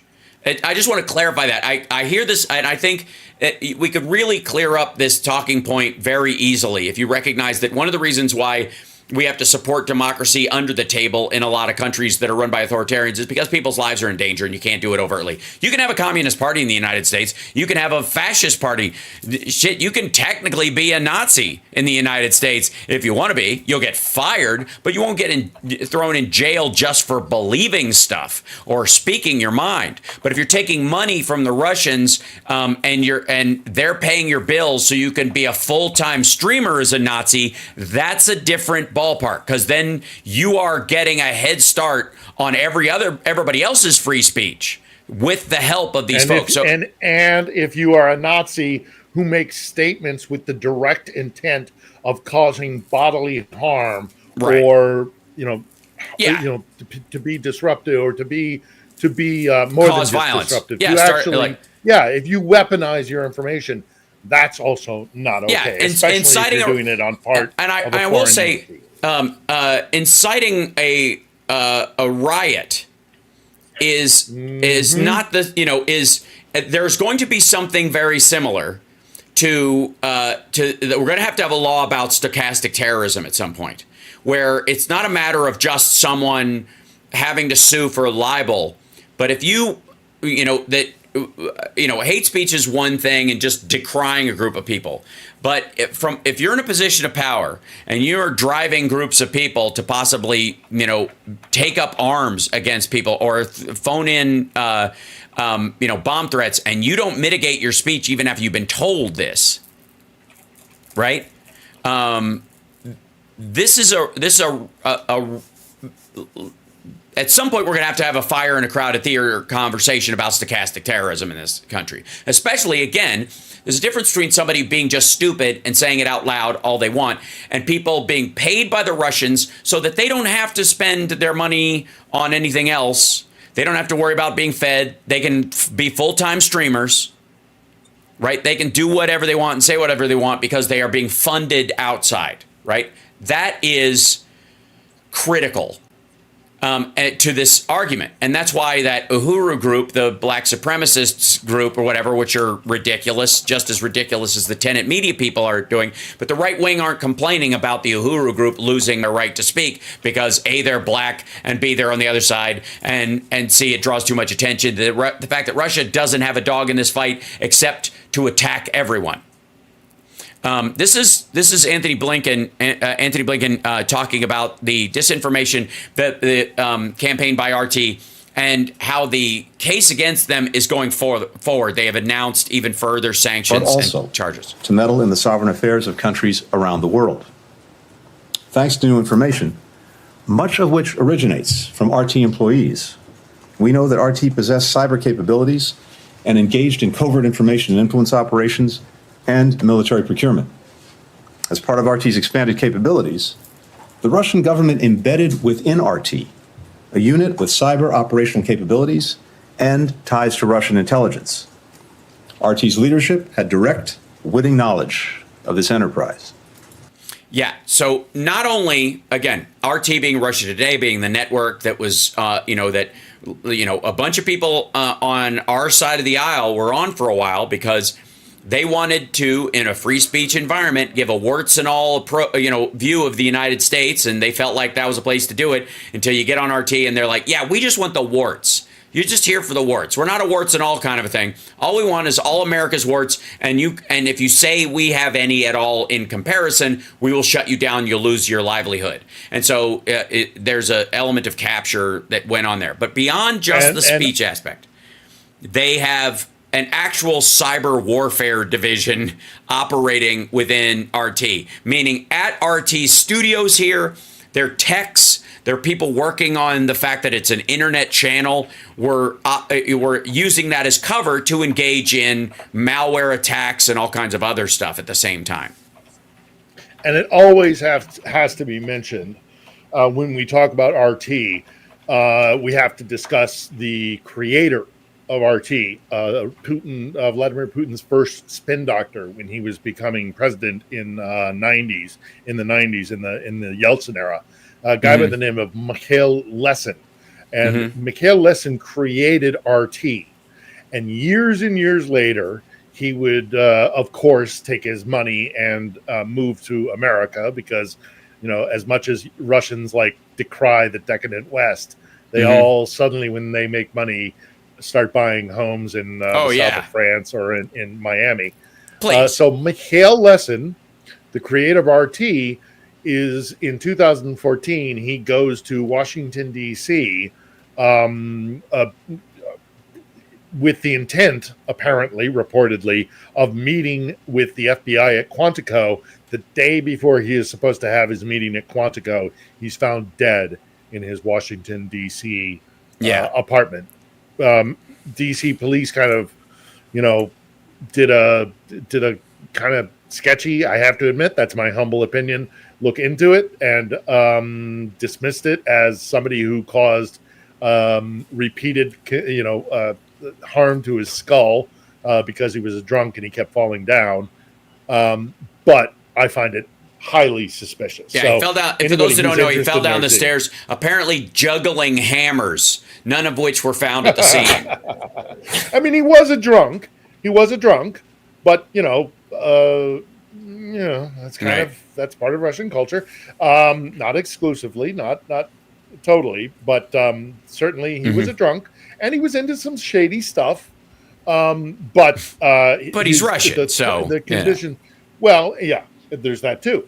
But the conditions of his death, and he was the mastermind of Russian disinformation warfare campaigns. And the dude ends up right the day before he's supposed to go to Quantico, dead in a DC hotel room. Yeah. This isn't just what bothers me, and it's interesting, Hal, because I don't know how much time we have before I break, but this week's episode of On the Edge is with a German expert. Her name's Jessica Berlin. She's a German-American geopolitical security analyst and incredibly smart and well-renowned. And we talked about this, and she said one of the most bizarre things about being in Germany, where every week they're not only talking about information warfare, but they're talking about real-life subterfuge and sabotage and assassinations and the funding of far-right groups and things like that. But for some reason, it doesn't keep it. Every time there's this announcement, it doesn't gain traction because, as the old saying goes, one of the most damaging things that Satan did was to convince the world he isn't real. We've gotten to this place where, because the pushback against Russian information warfare has been maligned so much that if you believe that in the reality, frankly, that Russia is engaged in a hyper war, there's hyper warfare going on, which includes information warfare, but does have a real actual body count and damage in the real life, then you're considered to be some sort of extremist who believes, Russia, right? I mean, there's a reason why the MAGA camp has co-opted that term, Russia. It is easily dismissive. Whereas, we are having people in recent weeks come out and say, look at this. Russia is doing this. This is really happening. And this is having a real effect on our body politic. And, millions died in COVID. That what if Trump hadn't got into office on the back of Russian influence? I mean, there's a real life consequence to this, but the fact that they have co-opted this whole kind of if you believe that, what do you believe next? You liberals in your which is a big thing that Lavrov and Putin both do all the time. The time. And it goes back to like Trump, talking about how Putin endorsed Harris, where everybody knows he was doing it, with a side-eyeing while he says it. And Trump can't even play the game where it benefits him. He can't even give the layup that was handed to him, which is, and by the way, we have to take a break. When we come back, we'll take some questions from the chat room that Johnny Million has been farming. We'll be back right after this. It's the Hal Sparks Radio program, Mega Worldwide. I realized I blazed right past the break while we were talking. Oh, yeah.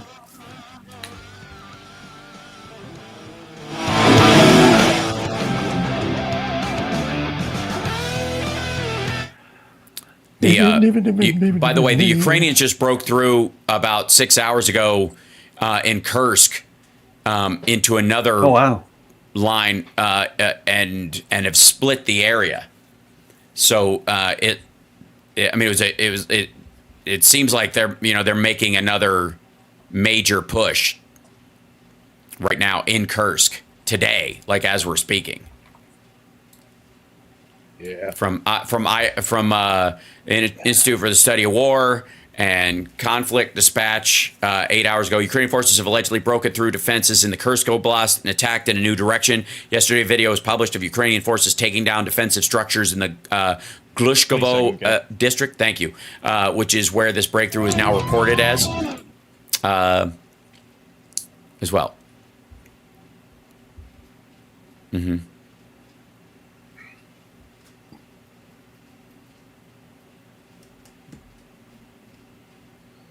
Yep. Welcome back to the Hal Sparks radio program, Mega Worldwide. While Donald Trump was blowing kisses or making kissy faces at Laura Loomer, who is, again, another person in a pile of anti-Ukraine, anti-democracy weirdos that are flying around on Trump's plane right now, the Ukrainians have held Kursk, big chunk of that region, and have now broken through into even further in this. And I gotta say, there's one thing to say that after all this, 600, almost 700,000 dead or wounded taken off the battlefield permanently, casualties of war, and on the Russian side, and they're like, we still have Crimea just barely, even though all the battleships have been removed, they have put every last ship they have in the Black Sea out into the water, I guess because they want them sunk as soon as possible so they can get on with it. But to say you've still got Crimea after all this time when you lost all these lives, when you already had it in the first place, seems odd when now the Ukrainians are something like, 2 hours from Moscow? 2.5 hour drive, something along those lines? Imagine imagine the right wing claiming victory because while Trump is in office, the Chinese were, over 2 hours, have a 2 hour drive ahead of them to try and get into DC. It'd be absurd, but never mind. Putin's a very strong leader. Johnny Million, I'm sure we have some questions while I've been yammering this whole time and trying to salvage the audio. What do we have? Yeah, the first one I've got is from Ed's 3D Tech asking, can you ask Philip how Starlink is working in Russia today? Mm-hmm. In Russia, I can't speak to Russia. It's still here in Ukraine, but it is not nearly as relied upon as it used to be because Musk turns it on and off on a whim. So it's not reliable. So if you're about to go into a military operation, you're not going to rely on Starlink. As far as Russia's concerned, without being on that side of the fighting lines, it's all over the place, all over. No restriction, no problem, no whatever. Mm-hmm. If there's any question which side Elon Musk is on, he is clearly giving preferential benefit to the Russians. So Starlink is not a trustworthy operation, and the more that the government takes it over, or provides an alternative, the better, in my opinion.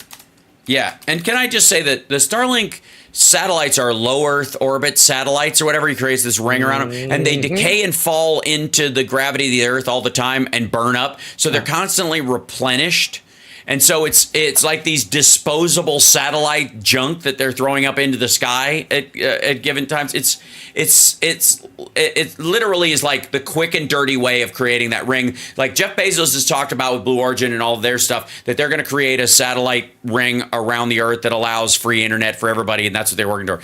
And so what it seemed like he did with Starlink was just, I'll get ahead of it and I'll throw it up there really quick, even if it's decaying and cheap and it will fall apart, because I will, people will jump onto that, and I'll have market dominance by being the first person in there. But the problem is, because of how he's treated Ukraine, a lot of people, even on the right wing, don't trust it, because what if do they really know what he stands for? What if he's bought out by somebody else? What if, and is it reliable in general? So that's always. I knew a guy who worked. I mean, that's his modus operandi. I know a guy who worked for him. Yeah, was brought in as his public affairs officer, and this is back when he was still, pushing to get Tesla out and in prominence.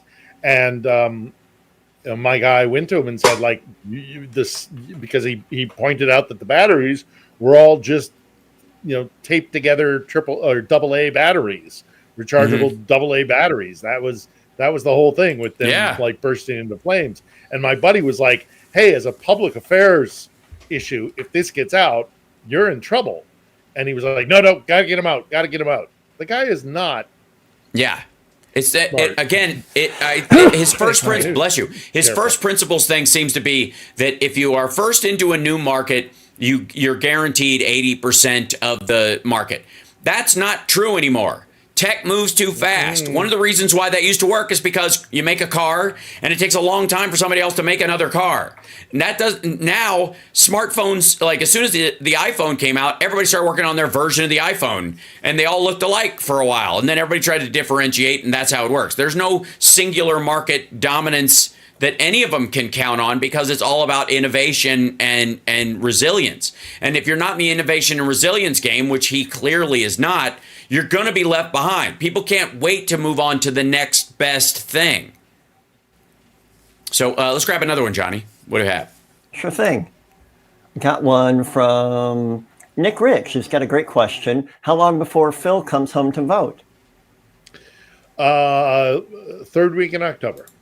I'll be on a plane from London to Heathrow. I'll go from London to O'Hare, get a car, drive over to Michigan, cast my ballot, and then I'm going to come out west, I think. Neato. About 5 more weeks. Yay, can't wait. Yeah, by the way, does anybody know that in July, during a Falcon X launch, they prematurely launched 20 of these, replacement Starlink satellites, and they all burned up. He just released them into the sky effectively, and it's what they do anyways. God is my witness, I thought turkeys could fly. Absolutely. Does anybody know about that? Nobody talked about it. Like, all they talk about is like the miracle of how smoothly everything works. It's just embarrassing. Idiots. Yeah. But while we're speaking about the Midwest and my travels there, it gives me the segue to mention those of you who have not seen, admittedly, a very short campaign, commercial from the Harris Walz campaign. They have put out a ad campaign directly targeted at descendants of Eastern Europeans, Polish in particular, in the Midwest, which I think is so smart. And it starts with a field of Ukrainian sunflowers under a azure sky, and it talks about the history of Ukraine trying to seek its independence and freedom, and it links it to like all Eastern European, particularly Polish, subjects of the Russian Empire. It's a very smart ad, and I'm sure it's out there. I'm sure you can find it. But I saw it, and I, as a partial Midwesterner, I was like, yes, there is a reason why every year we have Casimir Pulaski Day You know, the guys who fought against the Tsar, their descendants, those who didn't want to live under the Kremlin's thumb, a lot of them came to the United States and settled in the Midwest, and Pennsylvania being part of it. So, very smart ad. Great ad. Right, no doubt. And by the way, according to, I guess, let's see, I think it was The Guardian, Biden met with Keir Starmer today or yesterday, maybe on Friday, last night, and effectively they have come to an agreement that they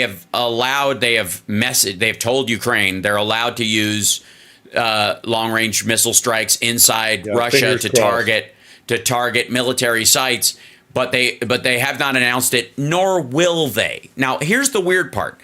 I don't know why they would announce it. You know what I mean? I think you would do what Norway and these other countries would do and go, we don't put limits on what they're doing because Russia seems to have no limits on what they're doing to the citizenry of Ukraine. Like, it's that simple. Like, what we haven't discussing in the first place might have been Blinken's biggest mistake, but I understand where they were trying to stop an escalation and they were focused on it because we're, deeply, cautious about these things, which I understand. But at a certain point, once Russia started hitting like civilian sites in Lviv on the western side of Ukraine from within Russia, just firing them in, the idea that you wouldn't be able to fire back at the sites inside Russia those missiles are coming from seems odd, right? At the very least, you could say we give them permission to, if a rocket's fired from within Russia, they are allowed to target the site it came from. Like, that's just that simple. And then after that, you don't have to excuse the rest of it. I have been editing all day our interview this week for On the Edge. And our guest is very precise about this and is very articulate in the sense that, we have it backwards. Every time we defend Russia and their red lines, against Ukraine, we are only emboldening Russia to continue to abuse Ukraine and hide behind said red lines. I mean, I know everybody's nervous about this, obviously, and with good reason. Nobody wants to play chicken with nuclear weapons. But Russia the reason why Russia keeps doing this and making these threats is because they know that they use mutual assured destruction as an umbrella under which they can attack anybody they want. They always have this thing. And again, that's what I'm doing, trying to make the case as clear as I can to people that Russia is the BTK killer. You tie the children up in the basement, and then while you're assaulting the parents, you go, if you fight back, I'm going to kill the kids. That's what this is. That's what that is. If you fight back on a military level, if you strike military targets inside my country while I'm striking non-military targets in your country, then I will kill masses of civilians. I will murder millions if I can, right? How is that different from a serial killer? And that's where, Putin is BTK, period. That I don't, again. And it's also worth mentioning they're not going to do it because the second they do it, China's out. It's over. Yes, I think it was even no John fly Bolton. zone. Their conventional weapons, their army, their air force, everything. They can't fight Ukraine, much less the combined might of NATO. It's a bluff. And they're not ready, and they're not going to die for a cause because again, it's not. Russia is not the USSR.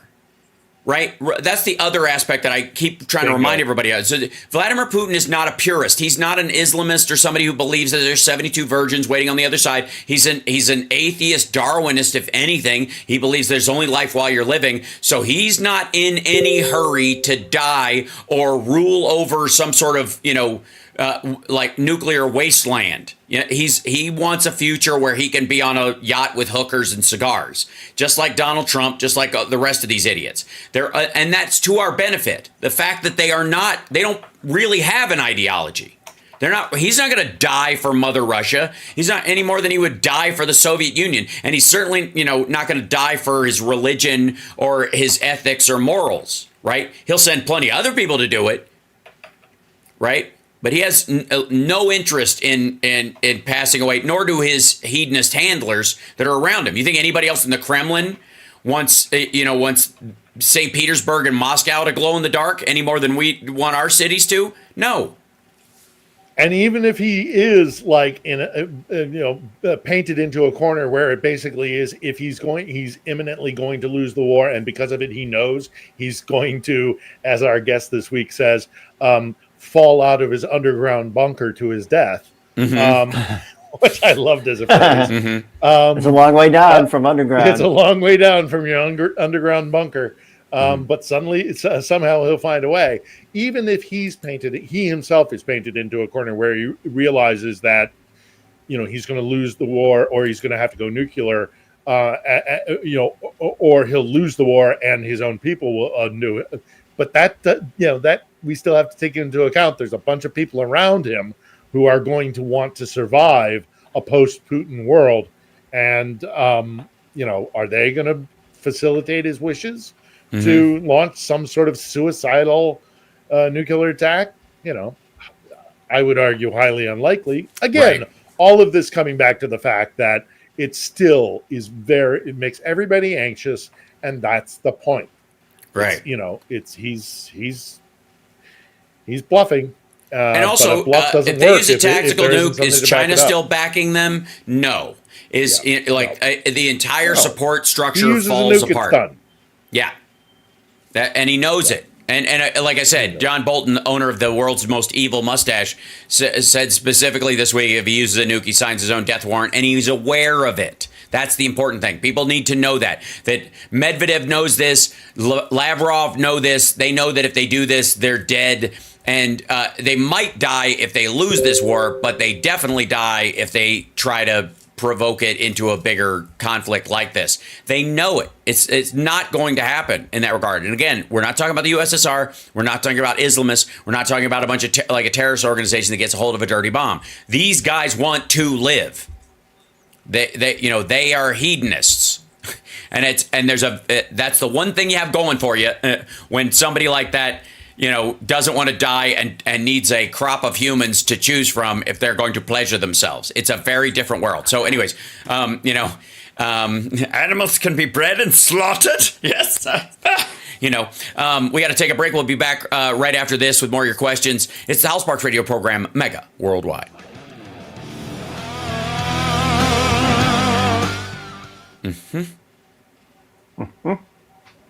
There's a well, hold on. Let's see if I can bring this up. And John, you have other questions too, right? You got a couple? I do. I've got I've got enough. Cool. Okie dokie. How can you drop the link in the chat that you were reading about the Ukrainian advance for Boston, Brian? Yes. Hold on one second. Now I have to go back to it. Where was it? I get to scrolling. And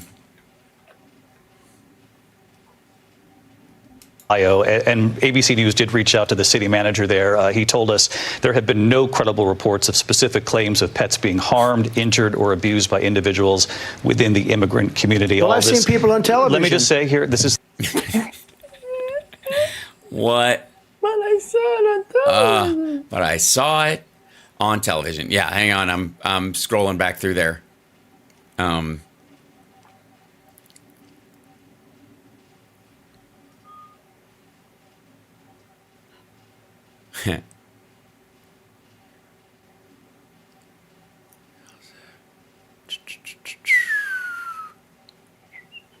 Yeah. Hold on. I'll just look it up on here.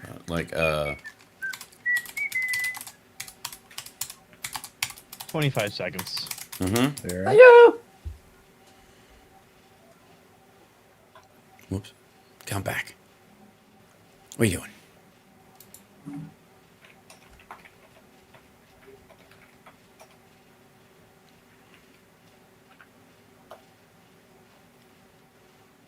You're okay, baby.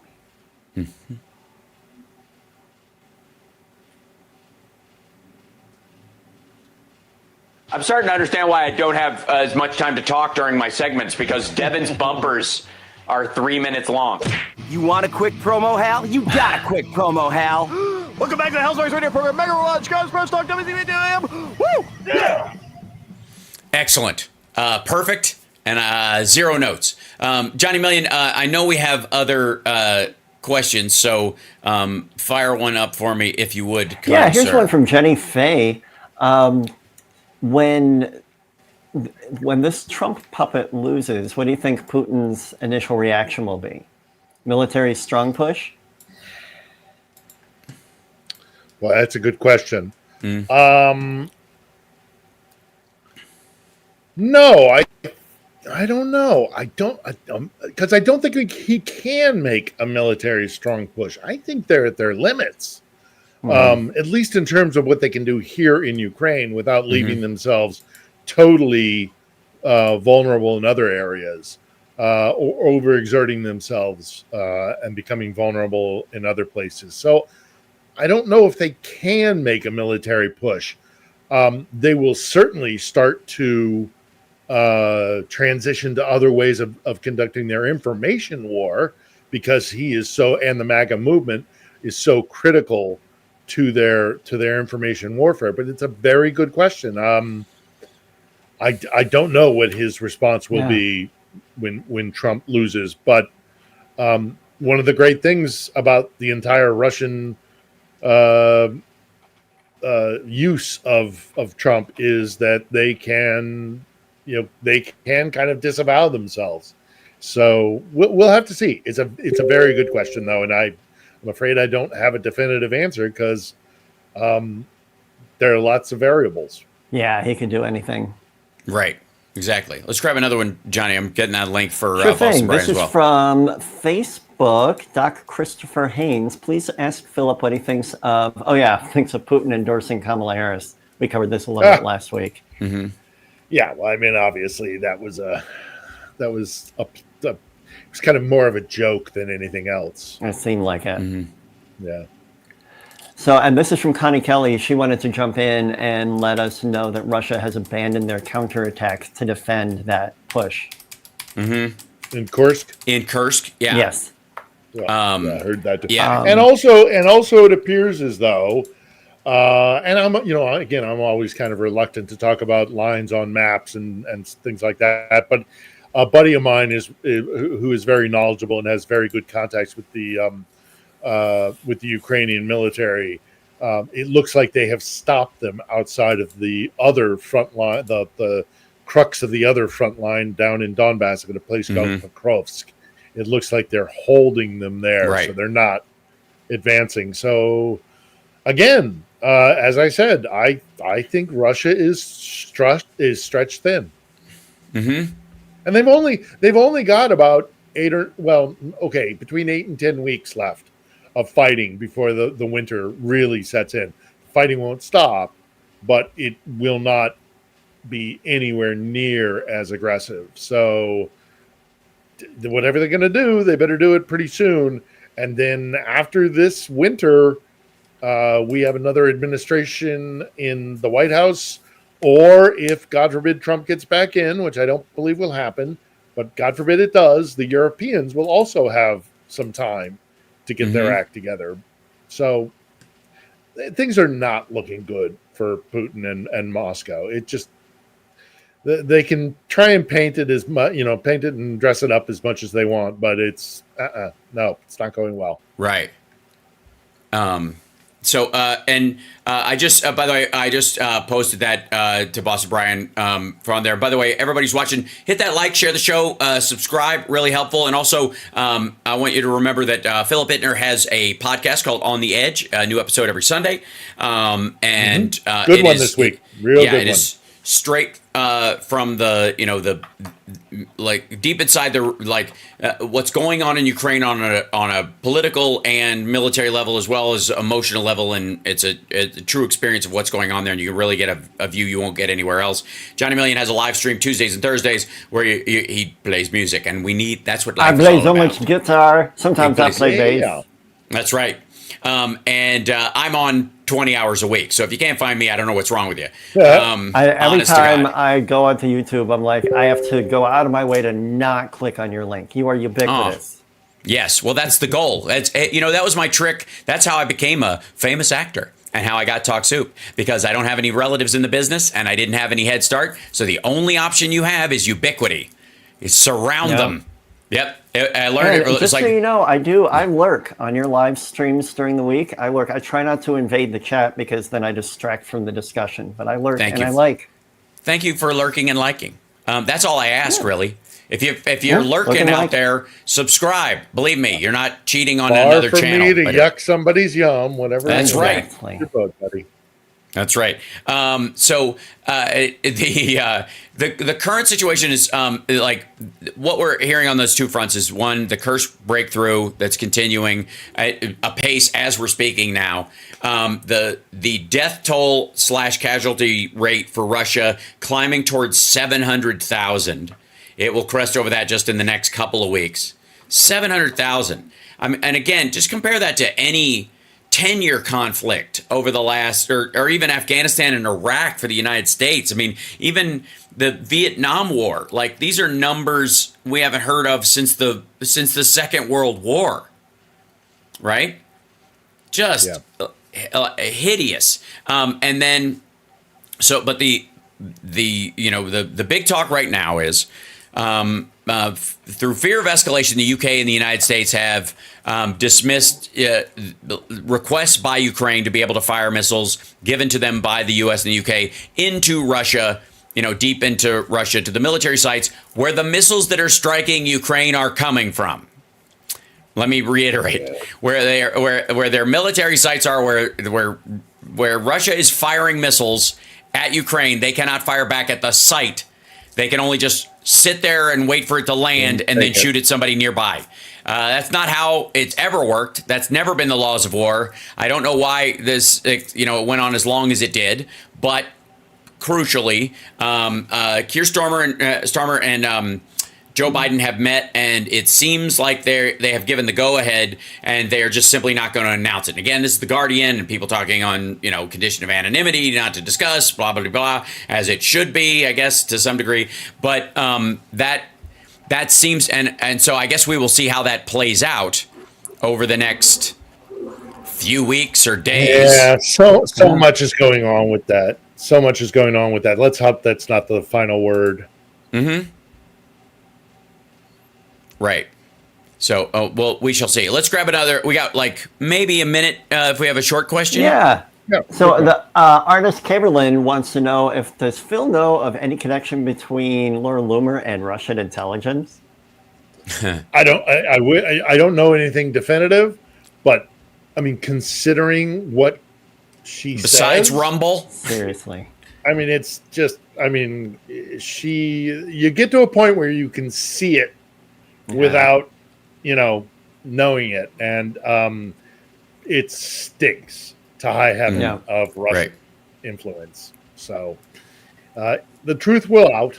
The truth will out. Mm-hmm. Well, and again, there's a cascade, and we will see this play out over useful idiots, active participants, and then this odd mix of the two, which is people who are useful idiots who are happy to take money to be usefully stupid, right? Mm-hmm. This is a crucial part, and they're gonna start deciding who's who over the next little bit. I want to thank Chicago for hanging in there today, dealing with their tech issues. Devin, you're a beast, and we love you. And Philip Bittner, again, everybody, On the Edge is the podcast. Please check it out. Same with Johnny Million's live stream. And by the way, I have a podcast now, a Hal Sparks podcast, Megaworldwide. Look it up. It's an audio version of the regular stream. The stuff that doesn't need visuals, essentially. Some of that. So we will see you next week. Take care of yourself and take care of somebody else. And don't forget to subscribe at infotainmentwars.com. It's free. Going to break. You can hear it, I think.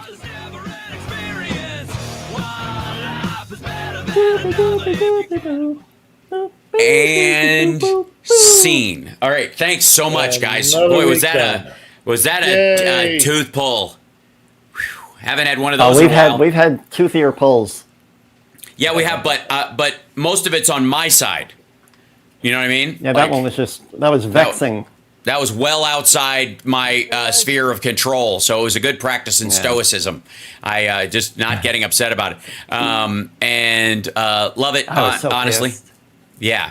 There goes Chicago. And I will. I'm going. By the way, I'm going to be posting the On the Edge podcast on my community page on my YouTube channel, Yay! which will just reference Cool. them going forward. So just so you know. And Cool. Thank you.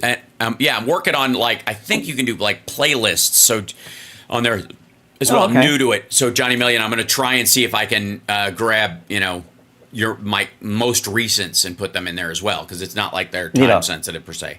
So anyways, much love. See you guys later. Take care of yourselves, and I will see you Talk soon. to you on Wednesday, Al. Take All care, right. Johnny. Excellent. Bye, Phil. Love you, buddy. Bye-bye. Bye. You There too, they Al. go. Ladies and gentlemen, thanks so much. It's always heavy lifting here at House Sparks radio program, Mega Worldwide. I got to say, I sometimes get spoiled by the live stream, and the chat knows this, because I have more control over it. Yeah. Also, here, let me see. Oh, shit. Let me see if I can bring this in. I want to show you guys something. This is, just so you know, I would like to show you this. This is the invasion of the Kursk Oblast in Russia by Ukrainians as they broke through. Look at this. Watch how this spreads as soon as it happens. Fa-boom.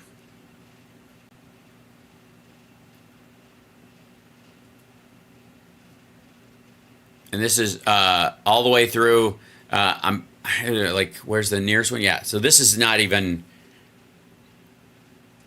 There you go. So they blazed up that road over there, and then they came back, and then they started fortifying.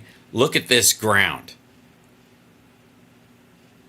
And again, not only is this a huge section that's in Russia proper, but this is also in Russian-controlled areas of the Donbass, the northern part of it. Just huge. And it has, for all practical purposes, not stopped. They have held this ground, and then they have begun, look at this business down here, punching through over here. This is not good if you're trying to transit arms through here, right? And there will be an effect in the Sumy Oblast, where in the Donbass, where the Russians still have control of these areas, and they still got forces in there.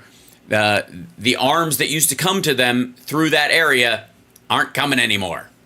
And this has not stopped in its spread the entire time. This is where we are currently. This is the latest. This map only goes to August 22nd, and it has continued to grow since. You know how I say, have you seen RFK Jr. talking shit about Ukraine on Piers Morgan? Yes, I have. Look, he's in the same fucking setup as them. Hold on, these are just all videos on Telegram. 1 second, just whip through there.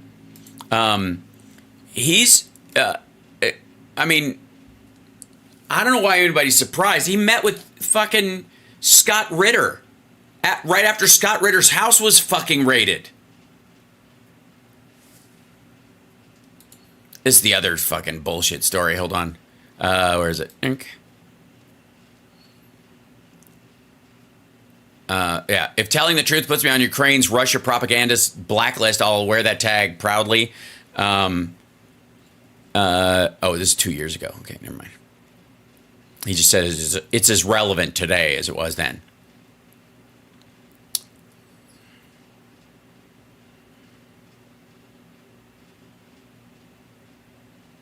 Jesus Christ. Can I? By the way, oh my God, you want to see an example of just the fucking awful. And I'm not sure if this is Ritter doing the interview, but he's posting about it. Roger Waters, ladies and gentlemen, interview with Roger Waters by Fana Savenkova. It's if you want to know what, and with Russian language, there you go. If you want to know who Roger Waters is, take every lyric he's ever written and just invert it morally, ethically, logically, spiritually. Just make it the opposite of what he's saying. It's incredible. Okay, I'll give you a good example. He's like the anti-Maynard from Tool. So if you don't know the way Maynard allegedly writes lyrics, this is the story that I heard. He writes a song about the worst person in the world, an accusatory song, talking about someone he's disgusted by, a horrible, terrible person. And then he reverses all the pronouns to be I instead of you, me instead of him or her or they, right? So he's singing at himself about these horrible traits. And that's just one of the ways he crafts his lyrics. And so he specifically creates this image of, this awful person, and then he personalizes it as a way of like being self-critical. It's really smart. It's a great way to do it. I mean, just listen to the lyrics of Sober. It's fucking miraculous. I'm just a worthless liar. I'm just an imbecile. I will only complicate you. Trust in me and fall as well. So it's really smart.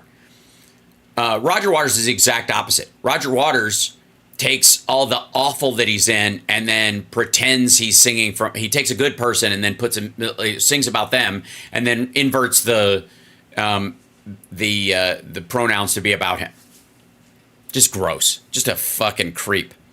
That said, seriously, Hal Sparks podcast, Mega Worldwide. You'll find it on I guess it's on Spotify, but it's definitely on Apple and all those other sites. Please, if you listen to it, give it a rating and all that kind of stuff.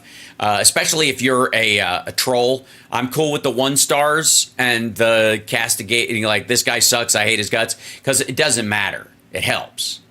It helps. Like, it all helps. Traffic is traffic is traffic. You know what I'm talking about? There's no such thing as bad press. That's where that applies. Because people will look at your, Joe America 74727 never fail, let's roll account number and go, oh, okay, I see. If that guy hates him, he must be okay. So it's all right. Anyways, much love to you guys. I'll see you later. Take care of yourselves. And happy anniversary to Ginger and Steven. And my birthday is a week from Wednesday. Just saying. Just, 100K be nice on my birthday. Maybe on my birthday, I should probably do like a subathon or something and just get people. I'm not going off the air until I reach 100K. Something like that. Something. We'll see.